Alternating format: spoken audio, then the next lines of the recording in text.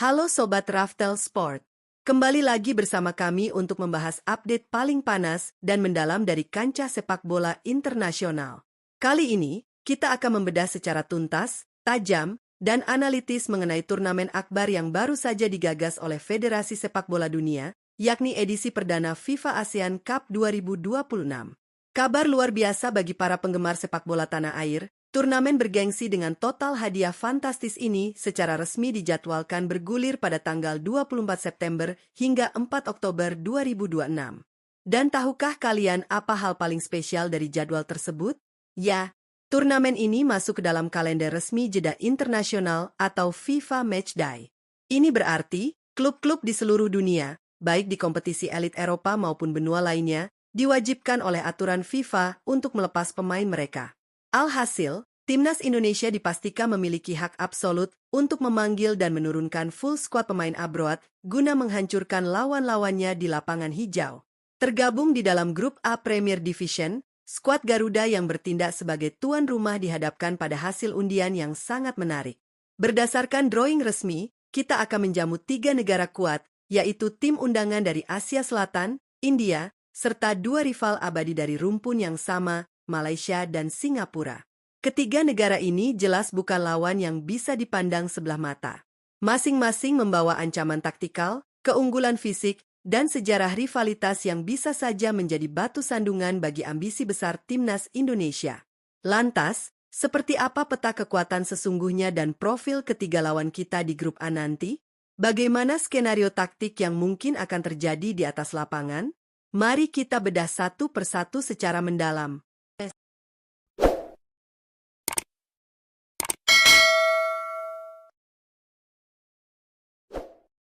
Lawan pertama yang akan kita bahas adalah tim undangan non-ASEAN yang siap memberikan kejutan, yakni India.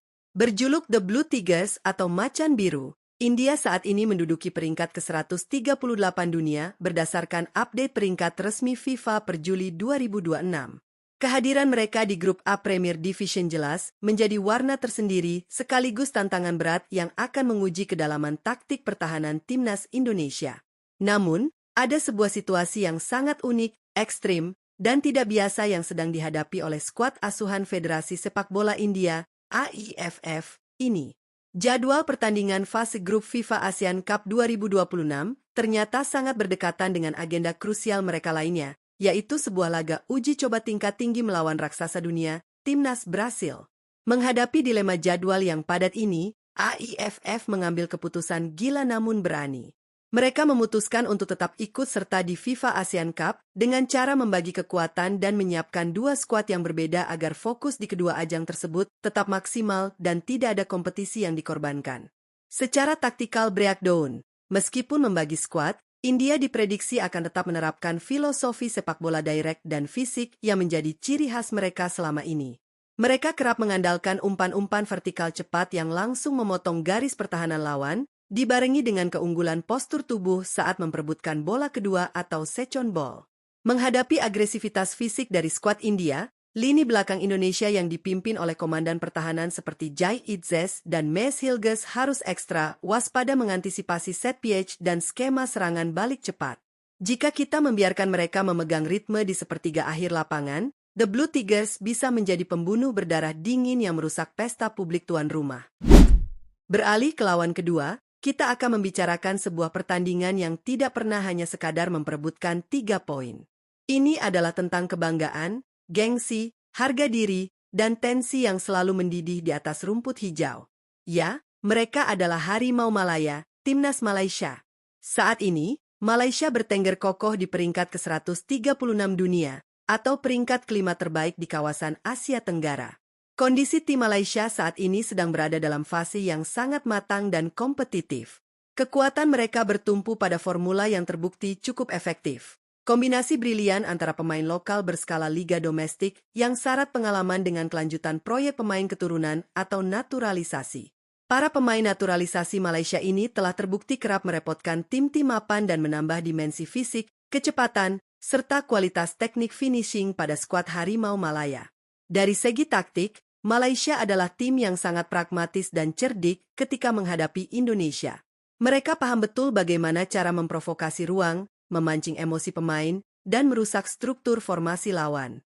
Biasanya, mereka akan menggunakan blok pertahanan medium atau medium block untuk menyerap tekanan awal dari agresivitas serangan sayap kita sebelum melancarkan transisi kilat mematikan melalui kecepatan para pemain depan mereka.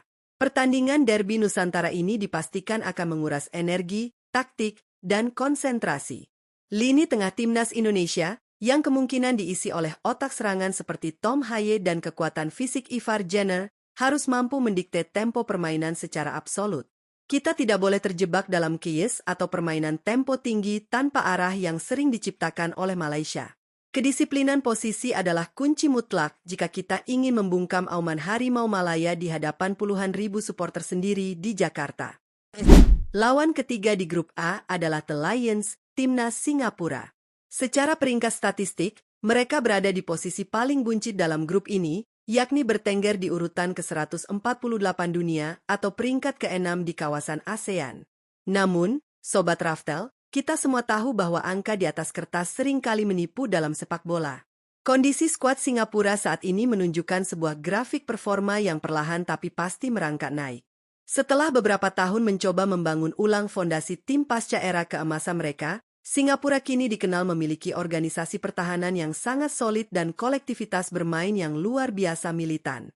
Mereka bukanlah tipe tim yang naif untuk meladeni permainan terbuka. Mereka sadar betul akan batasan kualitas materi pemain mereka jika dibandingkan dengan kedalaman skuad abroad milik Indonesia. Oleh karena itu, pendekatan taktis utama yang akan diusung Singapura kemungkinan besar adalah low block yang sangat disiplin. Mereka akan merapatkan jarak antar lini secara ekstrim, menutup rapat ruang half space yang sering dieksploitasi pemain kita, dan memaksa aliran bola timnas Indonesia ke area pinggir lapangan yang minim ancaman. Formasi bertahan ini sengaja dirancang untuk membuat frustrasi tim lawan yang dominan dalam penguasaan bola. Hal inilah yang menjadikan Singapura sebagai tim yang berpotensi besar menjadi batu sandungan fatal. Jika barisan penyerang Indonesia gagal membongkar tembok pertahanan mereka di menit-menit awal pertandingan, kepanikan dan rasa frustrasi bisa merusak ritme. Membutuhkan kreativitas visi level tinggi, pergerakan tanpa bola yang sangat dinamis, serta efektivitas tendangan jarak jauh untuk memecah kebuntuan melawan benteng The Lions. Lalu, bagaimana dengan peluang kita sendiri? Secara hitung-hitungan peringkat di atas kertas, Indonesia yang kini berada di posisi 118 FIFA menjadi tim yang paling diunggulkan untuk mendominasi dan menyapu bersih poin penuh di grup A Premier Division ini.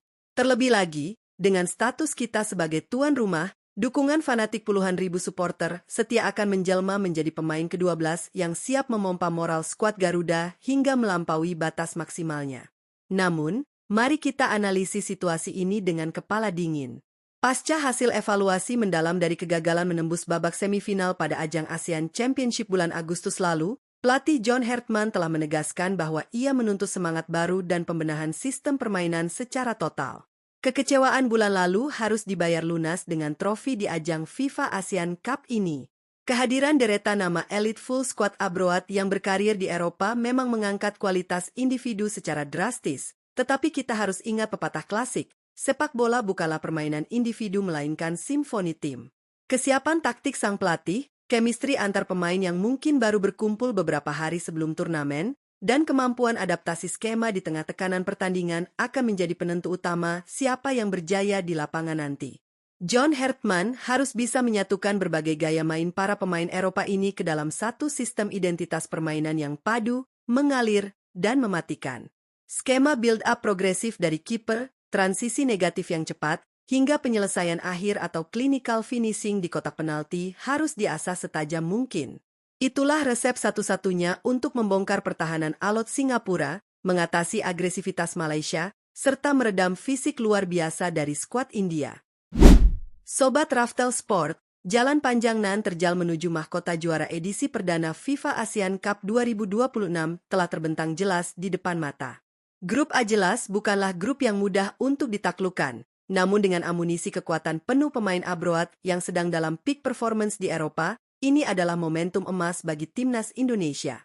Inilah saatnya mengukir sejarah baru, membalaskan dendam masa lalu, dan membuktikan kepada dunia bahwa skuad Garuda adalah penguasa sejati sepak bola Asia Tenggara.